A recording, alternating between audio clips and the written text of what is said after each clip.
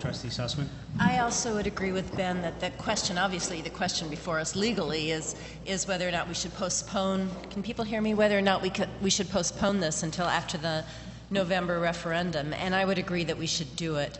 Again, I would say that what I'm going to say right now really isn't about the vote or not, but I feel that I need to respond to some of the comments that have been made by my fellow trustees here.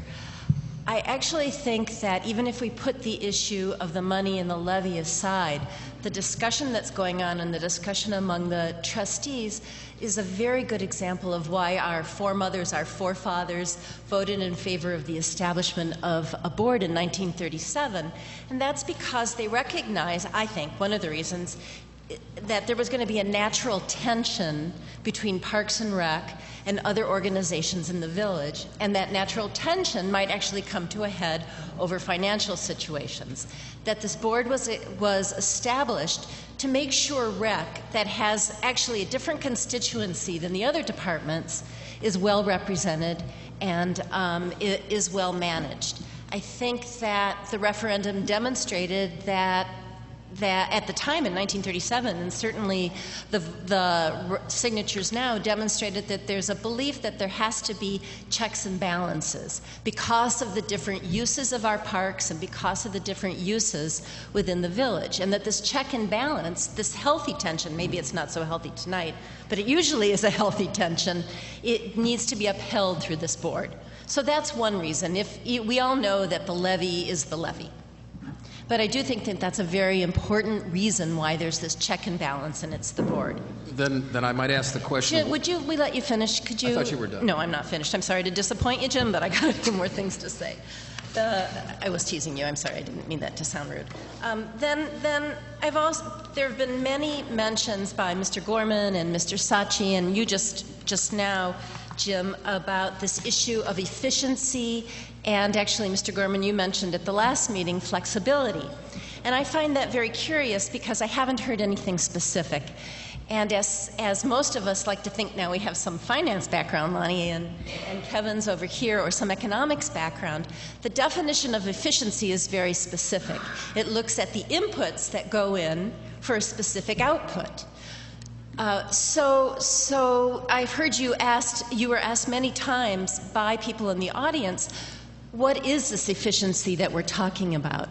And I haven't heard anything specific, and I'm asking this because I'd like to know. I'd like to know what you're talking about. Are you thinking that per $100 spent, somehow the management of the Parks and Rec system will be quote unquote more efficient, will get greater output from it? I mean, I don't really understand why we're using the word efficiency, and I see no proof. I've heard no proof, number one, that the Parks and Rec board is inefficient in the use of funds or in the use of personnel or whatever other term of efficiency, technology. There are all sorts of ways of defining efficiency. It's never been as defined here. I don't see any indication that they're inefficient. I don't see any indication that the village manager's oversight, which has gone on over these years, this board does not act by itself, is causing any kind of inefficiencies. If you think that, then I think we need to be more specific. So that's a concern I have. And then I do want to say that I think that there's a question about governance here. And I have to say that I remain concerned, Lonnie, I've said this to you in person, about the way this proposal was developed, number one, with two people, without any of us, or at least I was never called and said, what's your opinion? Before it was developed, it didn't go to the rec board. I remain concerned about that. I'm not saying that there were more than two people involved. I just want to state that I am concerned about the way these kinds of proposals are developed. Mark, I would liken that to the parking proposal, where you did it yourself. I asked if I could help. You used your friends from your political party. That's fine, but it just makes me uneasy. So I think that that's a governance issue. I think it's a governance issue that it was presented as a recommendation from our village manager, when in fact it was not a recommendation from our village manager.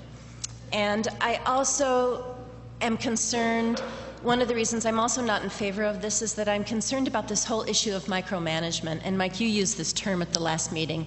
Yeah, I think you said actually that you were elected to micromanage at this point in where our village is. And in fact, I don't think that's why you were elected. It certainly wasn't a campaign, certainly wasn't in your campaign that you should be elected so you can micromanage. And I do not believe that with the competent staff we have, that our village president should be saying that we need to micromanage the staff. I don't know if you meant it this way, but there's certainly a pejorative sense around the term micromanaging.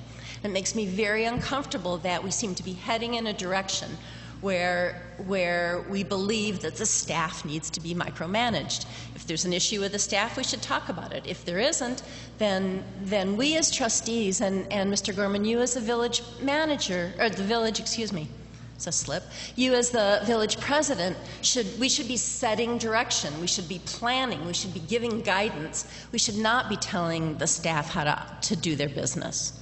So for those reasons, I believe that I am concerned about governance. Thank you.